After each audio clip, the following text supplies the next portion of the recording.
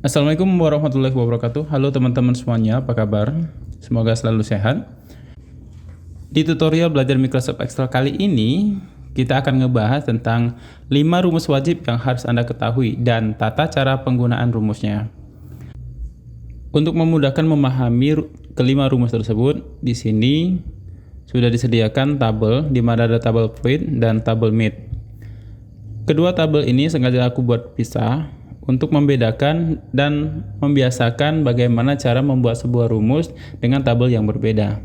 Kemudian juga ada tabel soal, di mana tabel soal ini terdiri dari 3 kolom, yakni kolom soal, tes, kemudian kolom fungsi, dan kolom rumus.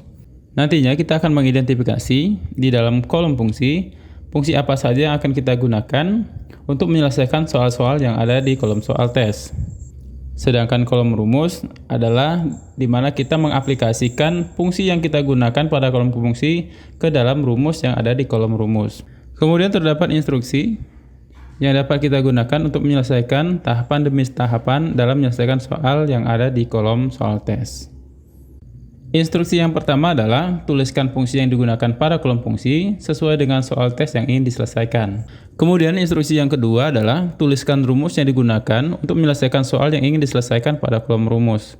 Artinya di kolom rumus nanti kita hanya membuat rumus di mana hasilnya nanti langsung otomatis sesuai dengan pembacaan rumus yang kita buat. Baiklah, bagi teman-teman yang baru saja mampir di channel ini jangan lupa di-subscribe, like, kemudian apabila ada pertanyaan atau saran boleh kalian tulis di kolom komentar di bawah video ini. Untuk teman-teman yang lagi kesulitan membuat tabel di Microsoft Excel, silahkan klik link notifikasi yang ada di bagian atas video ini.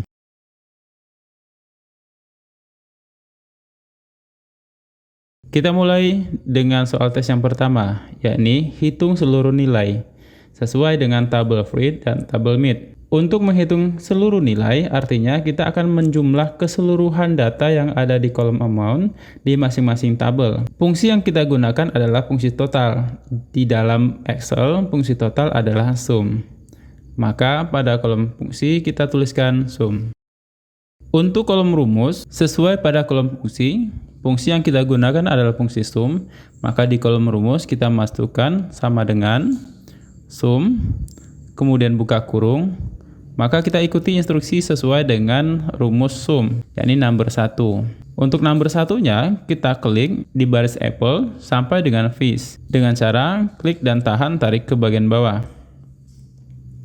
Kemudian, karena ada pemisah antara baris ke-14 dan baris ke-15 tidak akan kita hitung, dan loncat pada baris ke-16, maka yang kita lakukan adalah tambahkan separator titik koma, kemudian klik pada baris ke-16 yakni bit angka 50 sampai dengan 20. Perlu diperhatikan bahwa karena memang ada pemisah antara baris ke-14 dan ke baris 15, di mana baris ke-14 dan baris ke-15 itu tidak akan bisa kita hitung. Kenapa? Karena pada sel E15 itu berbentuk data teks, bukan dalam bentuk angka, sehingga tidak dapat dilakukan perhitungan matematika. Jika sudah selesai dan dipastikan benar, maka kita tutup kurung dan tekan enter. Sekarang kita lanjutkan pada soal yang kedua. Soal yang kedua adalah untuk mencari rata-rata nilai. Fungsi yang digunakan adalah fungsi average atau rata-rata. Dengan tata cara sama dengan average, pilih dari kolom ke E sampai dengan E24. Tutup kurung dan enter. Maka hasilnya adalah 46,111 dan 1. Selanjutnya soal yang ketiga adalah jumlah data. Nah, jumlah data ini tidak sama dengan hitung seluruh nilai. Jumlah data itu kita akan menghitung berapa banyak data yang ada di kolom ini. Berapa jumlah data yang ada di dalam tabel fruit dan tabel meat. Ditotalkan dari dua tabel tersebut. Ingat, yang kita hitung bukan nilainya, tapi berapa jumlah datanya. Rumus atau fungsi yang kita gunakan adalah bukan rumus sum, melainkan rumus count. Maka pada kolom fungsi sama dengan count, kita klik di angka 50 sampai dengan 20, kemudian titik koma, kita lanjutkan pada kolom atau tabel meat dari 50 sampai ke 20. Kita tutup kurung apabila sudah selesai dan kita enter.